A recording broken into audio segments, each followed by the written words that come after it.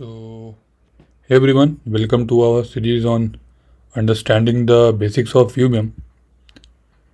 So, previous video में मैंने एक बहुत ही बेसिक सा ओवरव्यू दिया था कि एक जो यूवीएम आर्किटेक्चर होता है वो कैसा दिखता है। मैंने कोई भी ऐसा कंसेप्ट के बारे में या फिर कोई ऐसा डिफिनेशन मैंने डिस्कस नहीं किया था अभी तक। बस बहुत ही एक सिंपल सा पिक्चर मैंने बनाने का कोशिश किया था आपके माइंड में कि वो जो मेरा यूवीएम का आर्किटेक्चर होता है वो दिखता कैसा है, राइट। तो मैंने सोचा कि क्यों नहीं मैं एक बेसिक सा ड्यूटी उठाता हूँ और फिर उसको बिल्ड करते करते जितने भी टॉपिक्स या फिर जो भी कंसेप्ट आते हैं मैं आपको समझाता हूँ, राइट। सो ये बेसिक्स आइडिया तो मैंने आपको दे दिया, पर उसके अलावा कुछ और कंसेप्ट्स हैं थोड़े जो आपको आने चाहिए before getting into designing a test bench, UVM test bench, right. सो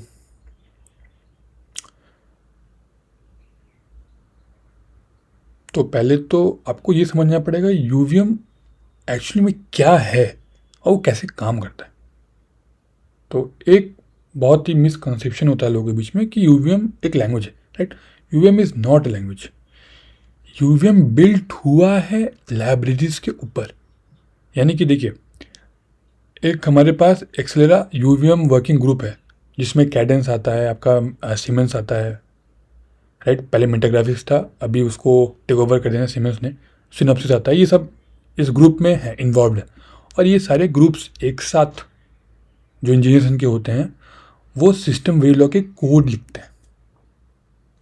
ये जो कोड है, जो लाइब्रेरीज है, वही आपका यूवीएम का सोर्स कोड है।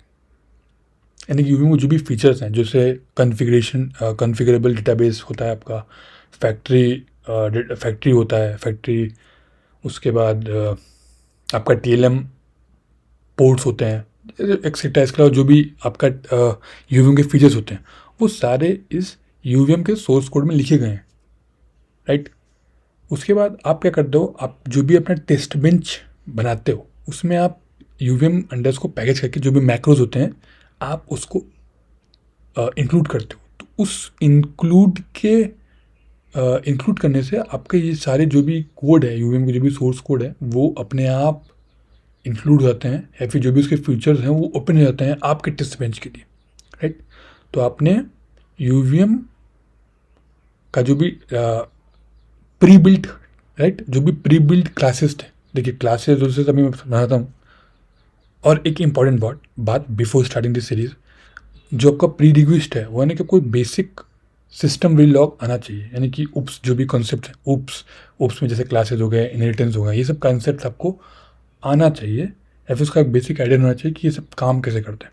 वैसे मैं एक छोटा सा आइडिया दे दूंगा आपको इसमें, पर फिर भी एक बेटर अंडरस्टैंडिंग के लिए आपको पुरानी चीज़ें जो भी सिस्टम वेरिलॉग में उप्स कॉन्सेप्ट आते हैं, उप्स के सारे कॉन्सेप्ट आते हैं, और क्लासेस हो गए, आपका इनहेरिटेंस हो गया, पॉलीमरिज्म हो गया, ये सब चीज़ें, रैंडमाइजेशन वगैरह, राइट, कंस्टेंट, ये सब सारे आपके सिस्टम वेरिलॉग के कॉन्सेप्ट्स हैं, राइट। तो ये सब कॉन्सेप्ट्स आपको आने चाहिए।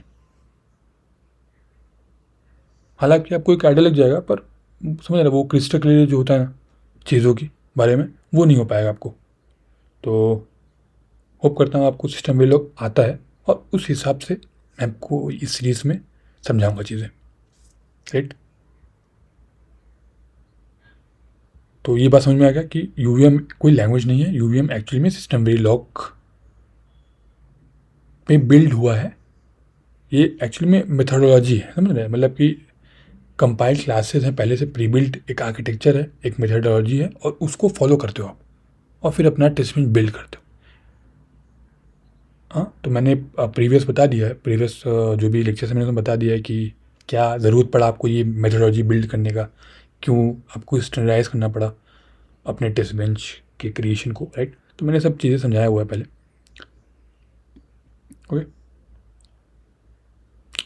तो अगेन फिर से बताता है कि जो यूवीएम का है वो ऊप्स के बिना एग्जिस्ट नहीं करेगा, क्योंकि जो उप्स के जो कॉन्सेप्ट्स हैं, यानी कि क्लासेस हो गया, ऑब्जेक्ट हो गया, इनहेरिटेंस हो गया, इनकैप्सुलेशन हो गया, पॉलीमरिज्म हो गया, वर्चुअल मेथड्स हो गया, फैक्ट्री पैटर्न हो गया, ये सब सारी चीज़ें आपकी उप्स के कंसेप्ट हैं। उप्स बेसिकली इंटीग्रेट है आपका सिस्टम वेरिलॉग में, राइट।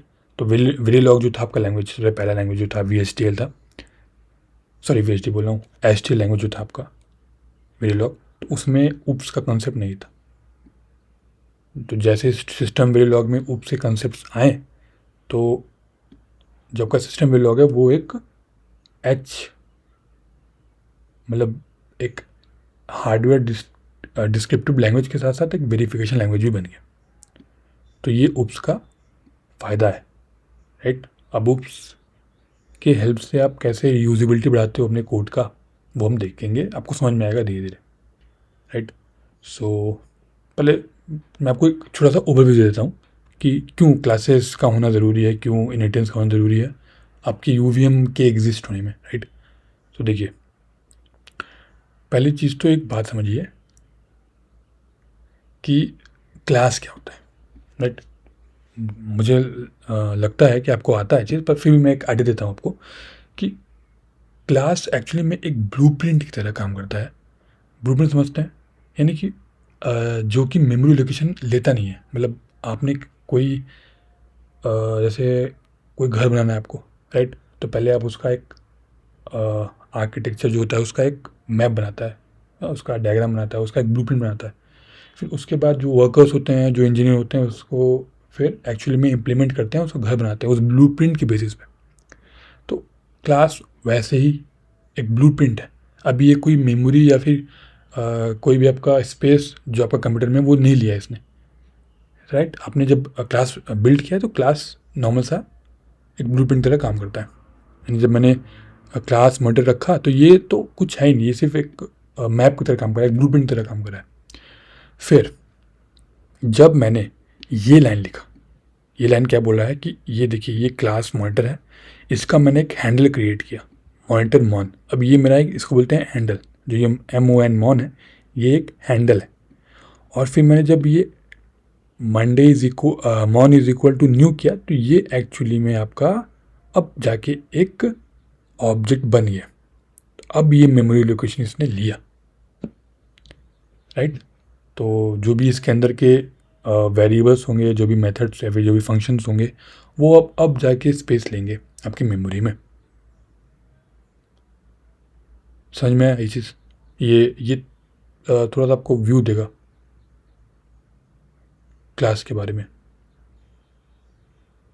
ठीक है। तो जो मैंने चीज़ों को बताया वो लिखा हुआ है यहाँ पे कि class does not occupy any memory, पर जब आप उस क्लास के हेल्प से जब ये आप उसका ऑब्जेक्ट बनाते हो तो वो ब्लूप्रिंट हेल्प करता है आपका मेमोरी एलोकेशन में, कि या फिर जो भी आपका ये ऑब्जेक्ट है वो कैसा दिखेगा। तो हमने पहले डिफाइन कर दिया है, अब इसके आप अलग अलग इंस्टेंस बना सकते हो जितने चाहे आप। जैसे आपने एक मन बनाया, अभी मन एक्चुअली में एक ऑब्जेक्ट है, राइट। ये मॉनिटर सिर्फ एक ब्लूप्रिंट है। तो ऐसे मॉन 1 किया, ऐसे मॉन 2 मॉन 3 जितने भी आपको चाहिए आपने इस क्लास के बना दिए, क्लास के उतने हैंडल्स बना लिए, आप इसको यूज़ कर सकते हो, राइट। तो यहाँ से जो टेक अवे था वो ये था कि class is only the blueprint, the object is the real component that occupies the memory. Object क्या है आपका, ये हैंडल था। फिर जब आपने मॉन इज इक्वल टू न्यू किया, ये वाला लाइन लिखा, तब आपका वो हैंडल एक्चुअली में एक ऑब्जेक्ट में बदल गया, राइट। सो अब इतना आपको चीज़ समझ में आ गया। तो जो आपका यूवीएम का सोर्स कोड है, राइट, जो मैंने आपको बताया ना कि सिस्टम वेरिलॉग में लिखा हुआ है, इंजीनियर्स ने लिखा है ये यूवीएम का सोर्स कोड, ये सोर्स कोड एक्चुअली में क्लासेस ही हैं।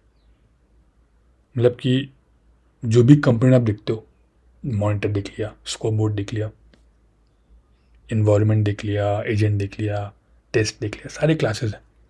तो वो क्लासेस के जो भी कंपोनेंट जो भी क्लासेस बनाए हैं वो सोर्स कोड में लिखा जा चुका है पहले से, ठीक है। सो सारे क्लास बना दिए गए हैं, हम अब इसको स्क्रैच से नहीं लिखते। तो उसका नाम क्या है जो सोर्स कोड में लिखा हुआ है, जो भी ड्राइवर है उसका नाम है UVM_ड्राइवर। ये ये सोर्स कोड में लिखा गया है क्लास, ये क्लास बिल्ड है उस सोर्स कोड में, ठीक है, राइट। अब देखिए कुछ ऐसा सोर्स कोड में जो है ऐसा लिखा गया है। अब क्या ये कोई मेमोरी लोकेशन लिया अभी तक नहीं, ये सिर्फ एक ब्लूप्रिंट मैंने बनाया हुआ है, जो मेरा आर्किटेक्चर है, उस आर्किटेक्चर में जो भी चीज़ें होंगी, क्योंकि ये सारी चीज़ें स्टैंडर्डाइज्ड है ना, कि मतलब जो मेरा टेस्ट बेंच है, टेस्ट बेंच में ऐसा मॉनिटर होना चाहिए, ऐसा ड्राइवर होना चाहिए, ऐसा एजेंट होना चाहिए, वो बिल्ड हुआ है ईयर बाय ईयर, मतलब इन्हांसमेंट के थ्रू। ऐसा फाइनली जाके जो भी ऑल ओवर द वर्ल्ड जितने भी कंपनीज़ हैं जो कि वेरिफिकेशन करते हैं, वो आपस के सहमति से उन्होंने इसको स्टैंडर्डाइज किया है कि आपका जो भी टेस्ट बेंच होना चाहिए, यूवीएम फॉलो करना चाहिए। तो उससे क्या होता है ना कि अलग अलग कंपनी के थ्रू ये एक सिंगल टेस्ट बेंच यूज़ हो सकता है, यूजिबिलिटी बढ़ जाती है कोड की। समझ में आ रहा है चीज़? अब इस कोड के अंदर आपके जो भी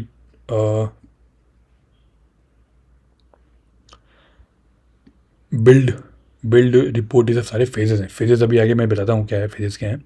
पर ये जो आपके जो भी, इसको क्या बोलते हैं, इसको बोलते हैं हम लोग मेथड्स, यानी जो फंक्शंस है, जो भी टास्क है।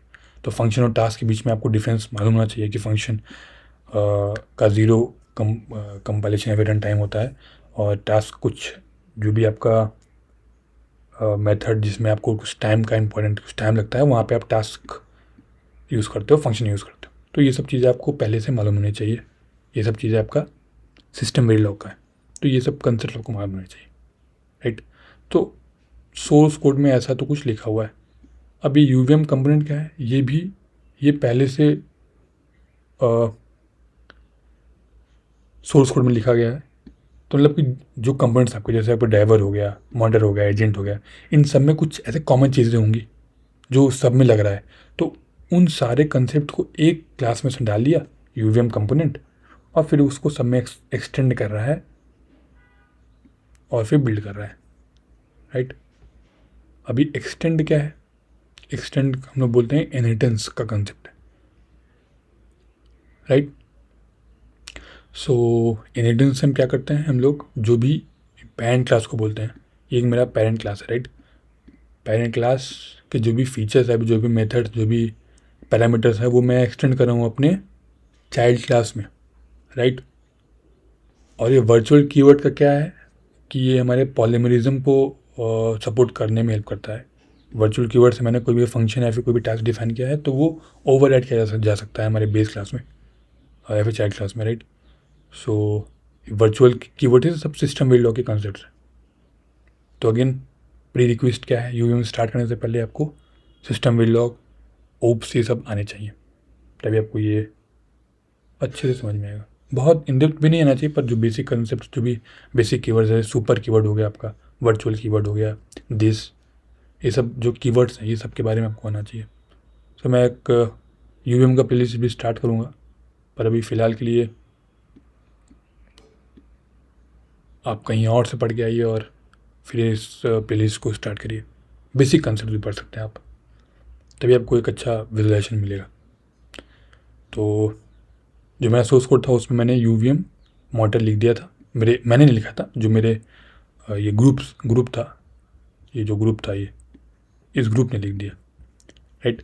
अब मैं जो कोड लिखा गया है उस कोड को, यानी कि उसको मैंने, उसके पैकेज को मैंने इंस्टॉल किया अपने टेस्ट बेंच में, इंक्लूड किया, और फिर एक्सटेंड की हेल्प से मैंने जो भी फीचर्स, जो भी टास्क, जो भी पैरामीटर जो भी थे इसमें, वो मैं अब अपने माई मॉनिटर में यूज़ कर सकता हूँ। समझ में आई चीज़? तो आपको अभी समझ में आ रहा होगा कि जो यूवीएम है वो यूवीएम क्यों बिना उप्स के एग्जिस्ट नहीं करता, राइट। समझ में आया चीज़?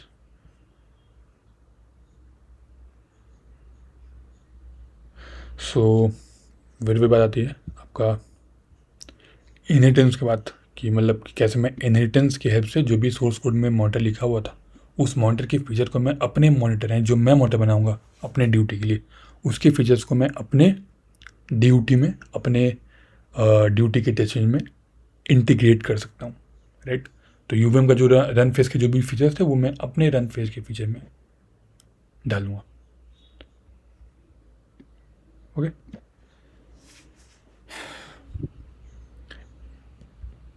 तो अगेन क्लास से मैंने ब्लूप्रिंट तैयार किया है, ब्लूप्रिंट यूवीएम लाइब्रेरी आया है, यूवीएम लाइब्रेरी से मैंने इनहेरिटेंस की प्रॉपर्टी से अपने कंपोनेंट में ऐड किया कर दिया, राइट, अपने कंपोनेंट में इनहेरिट कर दिया अपने यूवीएम के जो भी सोर्स कोड लिखा था, सोर्स कोड में जो भी कंपोनेंट के बारे में लिखा था, और उसके बाद फंक्शंस को ओवर ऐड करते हुए मैंने उनके फीचर्स को भी अपने इसमें इंक्लूड किया, वो भी उसके अलावा जो एक्स्ट्रा फीचर मुझे ऐड करने थे वो मैंने ऐड कर दिया। क्योंकि कोई भी टेस्ट बेंच है तो वो एक पर्टिकुलर ड्यूटी स्पेसिफिक होगा। हालांकि बहुत सारी चीज़ें होती हैं जो मल्टीपल टाइम्स रिपीट होती हैं, तो वो चीज़ें मेरे यूवीएम मॉनिटर या फिर जो भी सोर्स कोड है वो लिखा जा चुका है, तो मुझे उन चीज़ों को बार बार लिखना नहीं पड़ता। तो ये आप देख सकते हैं कि कैसे जो कोड्स की यूजिबिलिटी है और जो टाइम का जो बचत यहाँ पे हो रहा है। तो इसलिए यूवीएम के स्टैंडर्डाइज होने से ऑल ओवर द वर्ल्ड ये यूवीएम का पैकेज हम यूज़ करते हैं, और ये एक स्टैंडर्डाइज्ड टेस्ट बेंच बन चुका है किसी की भी वेरिफिकेशन का। ओके, सो ये देखिए, ये एक यूवीएम के सोर्स कोड में कैसे कोई भी जो क्लासेस हैं वो बने हुए हैं वो आपस में कैसे एक्सटेंड होते हैं। जैसे मैंने बोला, मैंने एक यूवीएम कंपोनेंट का एक क्लास बनाया, राइट। अब उसमें मैंने कुछ ये सब चीज़ें get set configuration, create, get component, ये सारी चीज़ें मैंने लिख दिया इस यूवीएम कंपोनेंट में। उसके बाद जो भी कंपोनेंट्स ने कंपोनेंट क्लास जैसे कि driver, sequencer, environment, test, monitor, agent, scope, ये सारे इस यूवीएम कंपोनेंट को एक्सटेंड करते हैं। यानी कि UVM driver extend UVM component, UVM sequencer extend UVM underscore component की एक्सटेंड का कंसेप्ट यहाँ सोर्स कोड में भी लगा हुआ है।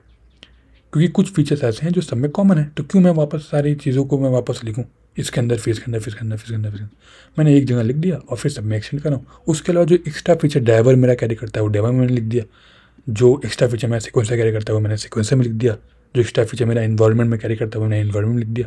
मैंने नहीं लिखा, सॉरी, वो ग्रुप के आर्किटेक्चर ने इंजीनियर्स ने लिखा है, राइट। फिर टेलम पोर्ट्स, राइट। सो एक बात इंपॉर्टेंट मुझे बताना है आपको यहाँ पे कि जो भी क्लासेस होती हैं यूवीएम में या फिर जो भी फीचर्स यूवीएम में जो भी क्लासेस एग्जिस्ट करते हैं वो दो टाइप के होते हैं। एक होता है यूवीएम ऑब्जेक्ट और एक होता है यूवीएम कंपोनेंट, राइट। तो जो सीक्वेंस आइटम और जो सीक्वेंस है, दो क्लासेस ये यूवीएम ऑब्जेक्ट में आती है, और ये सिर्फ रन टाइम में इनिशिएट होती हैं और रन टाइम में ख़त्म होती हैं। पर ये जो कंपोनेंट्स हैं ये through out the compilation period में रहते हैं, ठीक है। तो इसको आप ऐसे समझ सकते हो कि ये कोई सिटी है, ठीक है। सिटी में जो बिल्डिंग्स होते हैं या फिर जो भी इंफ्रास्ट्रक्चर्स होते हैं जो भी, तो वो आपका ये है, आपका यूवीएम का आर्किटेक्चर में जो आर्किटेक्चर यानी जो आपका यूवीएम का जो शहर है, आप समझ सकते हो। तो यूवीएम के शहर में जो बिल्डिंग्स होंगी वो बिल्डिंग्स ये सारी हैं, राइट। और जो उस शहर के अंदर जो गाड़ियाँ चलती हैं, राइट, गाड़ियाँ चलती हैं, जो भी व्हीकल्स चलते हैं, ट्रेन मेट्रो जो भी चलती हैं, वो आपका सीक्वेंस आइटम या फिर सीक्वेंस है। और ये क्लासेस यूज़ होती हैं किस लिए? रिपोर्ट, आखिरी में रिपोर्ट देने के लिए कितना आपका फंक्शनल कवरेज है और क्या स्टेटस आपके वेरिफिकेशन का, उसके लिए हम लोग ये रिपोर्ट, यूवीएम रिपोर्ट को यूज़ करते हैं, ठीक है। तो ये बिल्डिंग हो गया, ये आपका गाड़ियाँ हो गया, और इसका तो एनालॉजी मेरे को नहीं मिला, तो सॉरी। सो यहाँ तक हो गया हमारा। अगेन तो ऐसे आपका जो टॉप होगा ना, आप एक टॉप क्लास लिखोगे। मैंने को बताया आपका आर्किटेक्चर में टॉप क्लास होता है, टॉप, जो कि इंटीग्रेट करता है आपकी ड्यूटी को और आपके टेस्ट क्लास को। जो ड्यूटी जिसको आपको जो डिज़ाइन हमने बनाया है, जो कि आपको टेस्ट करना है, जो भी आरटीएल कोड हमने लिखा है, तो वो आरटीएल कोड को, और जो आपका टेस्ट है, अब टेस्ट के अंदर पूरा यूवीएम का कंपोनेंट है, इंटीग्रेटेड है। वो कैसे हैं वो मैंने पहले बताया हुआ है, राइट। सो तो यूवीएम टॉप में मैंने क्या किया, ये 2 लाइन लिखी। अब जैसे ही मैंने ये 2 लाइन लिखी हैं, तो उसके बाद मैं जितने भी फीचर हैं यूवीएम के, ऑल क्लास है, जो भी मैक्रोज हैं, जो भी फैक्ट्री फैक्ट्री है, कॉन्फ़िगरेशन डेटाबेस है, रिपोर्टिंग है, फेजेस हैं, टेल इंपोर्ट्स है, ये सारी फीचर्स हैं यूवीएम के सोर्स कोड के अंदर। इन 2 लाइन की हेल्प से सब अनलॉक हो जाती है। आपने 2 लाइन लिखा तो आप यूवीएम के सोर्स कोड में जो भी चीज़ें, जो भी फीचर्स अवेलेबल थी, आप यूज़ कर सकते हो अपने टेस्ट बेंच में। समझ में आया इतना चीज़? आई होप समझ में आया होगा। सो एक बेसिक सा एग्जांपल लेता हूँ पहले, कि सपोज़ करिए मॉनिटर मैं बना रहा हूँ, तो मॉनिटर ये मॉनिटर मैं बना रहा हूँ। अब देखिए, एक तो मैं अपना खुद से सिस्टम बिल्ड लॉग का टेस्ट बना सकता हूँ, तो उसमें मॉनिटर बना सकता हूँ, जो कि मॉनिटर कोई ऐसा चीज़ है जो कि देख रहा है, मैं फिर मॉनिटर कर रहा है आपके ड्यूटी के आउटपुट्स को, राइट। पर यहाँ पे लिमिटेशन हो जाती है क्या, कि आपको बहुत सारे फीचर्स ऐसे होंगे जो आपको पता नहीं होंगे, और आपको बहुत सारे लाइन्स ऑफ कोड लिखने होंगे शायद इसके लिए। तो अगर मैं यूवीएम का यूज़ करता हूँ तो यूवीएम मुझे पहले से एक मॉनिटर क्लास का कुछ कुछ जो इम्पोर्टेंट एस्पेक्ट्स होते हैं वो मेरे को यूवीएम मॉनिटर में लिख के दे देता है, प्री बिल्ड। अब आपने जब इस यूवीएम के क्लास को, इम्पोर्टेंट क्या है यहाँ पे, आपको 2 लाइन लिखना होगा पहले ये, उसके बाद आप इसको यूज़ कर सकते हैं, नहीं तो आप इसको यूज़ नहीं कर सकते, क्योंकि मेरे टेस्ट बेंच को मालूम नहीं पड़ेगा ना कि यूवीएम मॉनिटर है क्या, जब तक आप ये नहीं करोगे। जब आपने ये किया तब मेरे टेस्ट बेंच को मालूम पड़ा कि ओके, हमने इसको यूज़ किया हुआ है।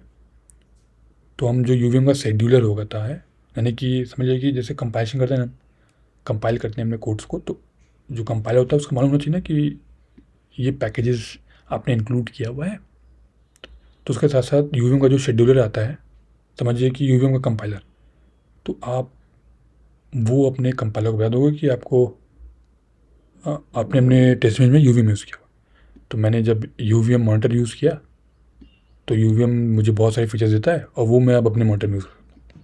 तो कुछ ऐसा तरीके से, तो क्या क्या फीचर्स हैं, रन फेज़, बहुत सारे रन फेज़ हैं, बिल्ड फेज़, ये सब चीज़ें, फैक्ट्री रजिस्ट्रेशन, ये सब सारी चीज़ें मैं यूज़ करता हूँ अपने मॉनिटर। ओके, सो मैं जानता हूँ बहुत अभी भी आपके दिमाग में क्वेश्चंस आ रहे होंगे, क्या, कैसे, क्यों, किस लिए, पर या टाइम के साथ साथ चीज़ें समझ में आएंगी आपको। अभी के लिए जितना मैंने समझाया है बस उतना अपने माइंड में पिक्चर बांधे जाइए, और जैसे ही मैं अपने एक छोटे से ड्यूटी को मैं वेरीफाई कर लूँगा तो आपको सब चीज़ें समझ में आएंगी अच्छे से, राइट। सो अभी आता है मेरा एक कंसेप्ट यूवीएम का, वो है यूवीएम फेजेस।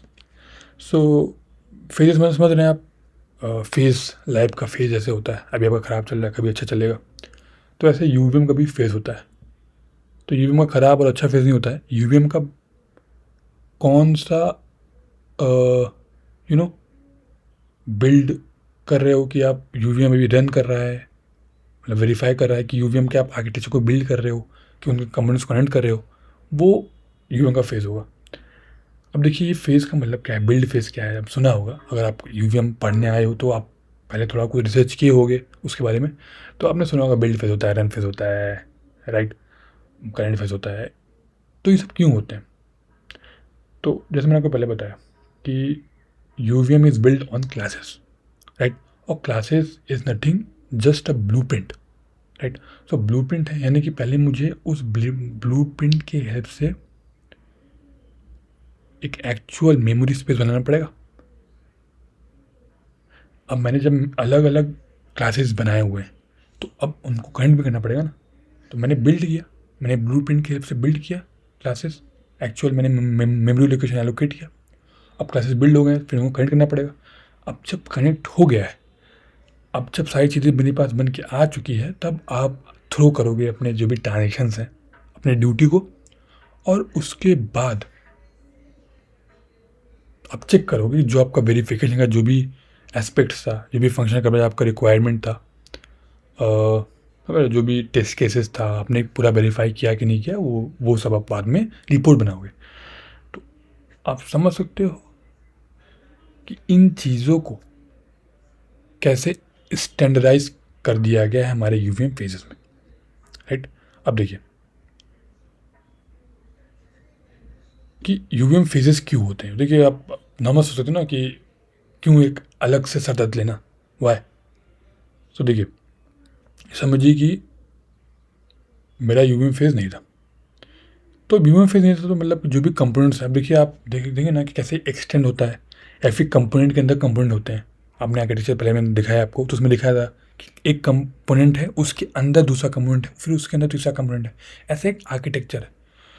तो कौन सा आर्किटेक्चर पहले बनेगा, कौन सा आर्किटेक्चर बाद में बनेगा, अब क्योंकि आपको चीज़ों को आर्किटेक्चर बोला मैं, सॉरी, कंपोनेंट, कौन सा कंपोनेंट पहले बनेगा, कौन सा कंपोनेंट बाद में बनेगा, राइट। फिर उसके बाद कंपोनेंट के बनने के बाद मुझे उनको कनेक्ट भी करना है, समझ रहे हो। मतलब कोई कंपोनेंट जो किसी कंपोनेंट के अंदर बनता है, समझ रहे हैं, जो उसको एम्बेड करके रखता है अपने अंदर, वो बाद में बना, और जो एम्बेड करने वाला कंपोनेंट है वो पहले बन गया, तो फिर कनेक्शन कैसे होगा, राइट।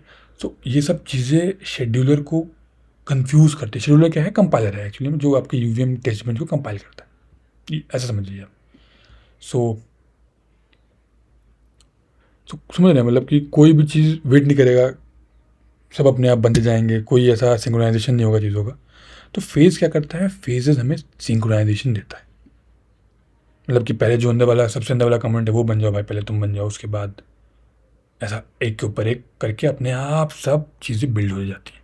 तो मेरा बिल्ड फेज़ क्या करता है, मेरा जो फेज़ क्या करता है, फेज़ एक सिंक्रोनाइजेशन देता है कि भाई पहले बिल्ड कर लो, अच्छा पहले चीज़ें क्रिएट कर लो, कनेक्ट कर लो, कन्फिगर कर लो, भाई तुम्हारा सारा कन्फिगरेशन हो गया आगे। तो ये बिल्ड फेज़ मेरा क्या कर दिया,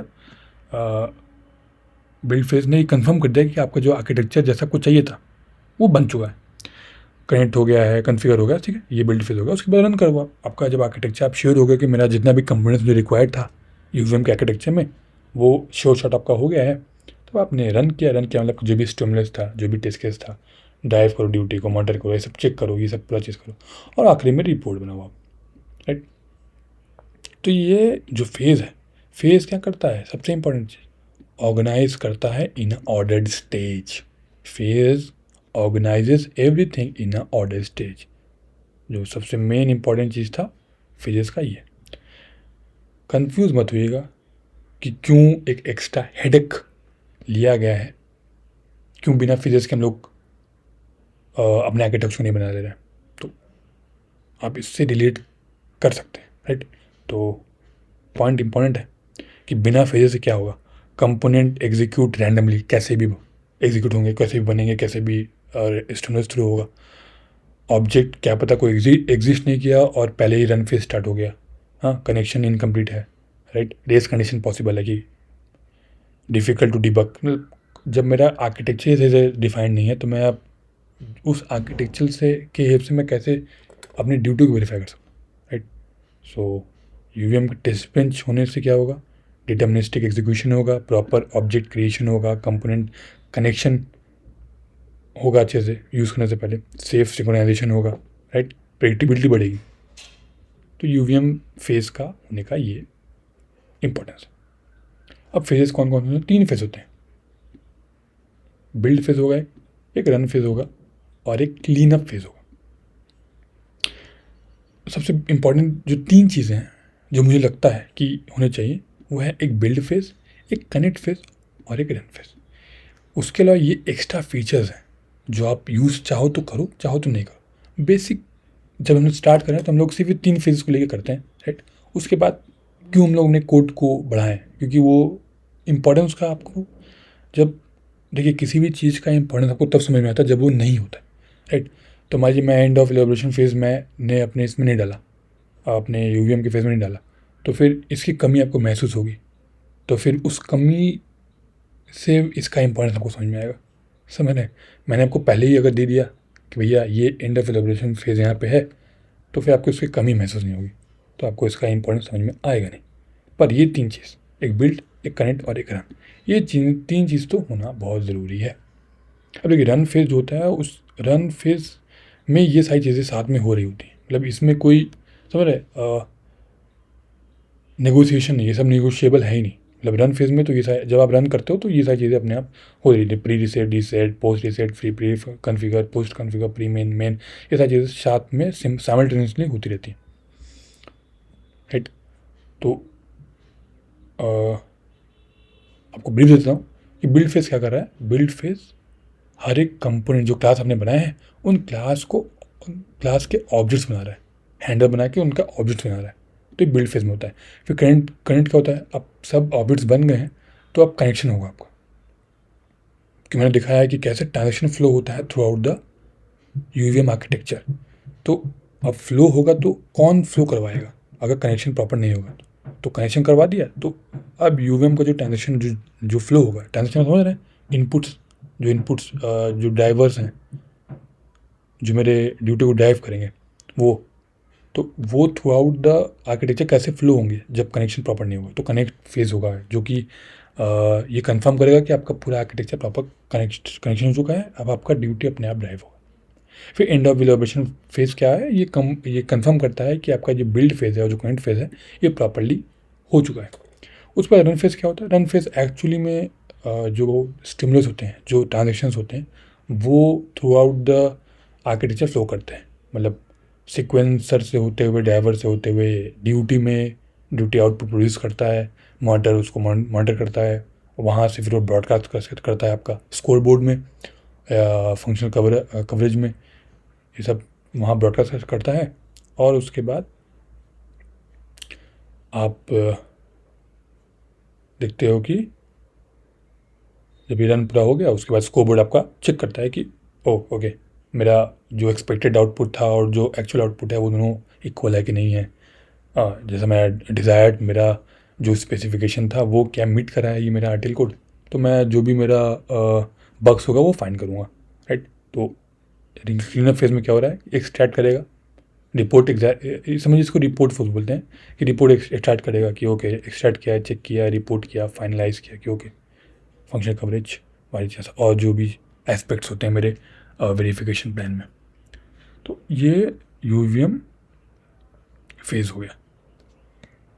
फेज़ समझ में, ज़िंदगी का फेज़ समझ लीजिए, वैसे यूवीएम का फेज़ हो गया, ठीक है। होप एक छोटा सा, अगेन बहुत छोटा सा एक आइडिया लग गया होगा आपको। अब मैंने आपको बता दिया है जो भी इंपॉर्टेंट चीज़ें हैं, मैंने बता दिया है आपको जो आपको आना चाहिए, राइट। अभी तक मैंने एक भी यूवीएम का सिंगल लाइन ऑफ कोड नहीं लिखा है, ना ही मैंने कोई ऐसा डेफिनेशन बताया है अभी तक कि ये डेफिनेशन ये होता है, ये होता है। अभी तक मैंने कुछ नहीं किया, मैंने सिर्फ एक पिक्चर बनाया आपके दिमाग में, क्यों यूवीएम आया और यूवीएम में क्या क्या है, फीचर्स क्या क्या हैं, वो मैंने बताया आपको अभी तक। तो होप करता हूँ आपको एक ब्रीफ आइडिया मिल गया होगा यूवीएम के एग्जिस्ट करने का, क्यों यूवीएम एग्जिस्ट कर रहा है, कैसे यूवीएम एग्जिस्ट कर रहा है, कैसे यूज़ कर रहे हैं हम उसको, मतलब टेस्ट बेंच होते हुए हम लोग क्यों यूवीएम बनाएं, क्यों अपना हेडेक बढ़ाएं, क्यों यूवीएम के अंदर ये फेजेस एग्जिस्ट करते हैं, क्यों ये सब सारी चीज़ें, क्लासेस ही क्यों, उप्स ही क्यों। तो इसका इंपॉर्टेंस आपको समझ में आया होगा। अब मैं स्टार्ट करूँगा एक्चुअल में यूवीएम के बारे में बताना। तो मैंने आपको पहले बताया कि मैं कैसे बताऊँगा, मैं एक बहुत ही बेसिक सा एग्जाम्पल उठा लूँगा, मक्स उठाऊँगा, मक्स का आर्टिकल कोड लिखूँगा, मेरे पास कोड आ गया है, राइट। अब मैं उसको वेरीफाई करूँगा, उस वेरिफिकेशन के लिए मैं यूवीएम टेस्ट भी बनाऊँगा और थ्रू आउट द प्रोसेस में आपको समझाऊँगा हर एक एस्पेक्ट्स अपने यूवीएम के। तो होप करता हूँ आपको समझ में आया हुआ ये चीज़ें, और आपको जो भी डाउट्स होंगे, जो भी क्वेश्चंस होंगे, आप कमेंट बॉक्स में लीव कर सकते हो। एंड नेक्स्ट वीडियो से हम कोडिंग स्टार्ट कर देंगे एंड जो भी एस्पेक्ट्स होंगे हमारे यूवीएम के वो मैं समझाऊँगा। So yes, thank you for today.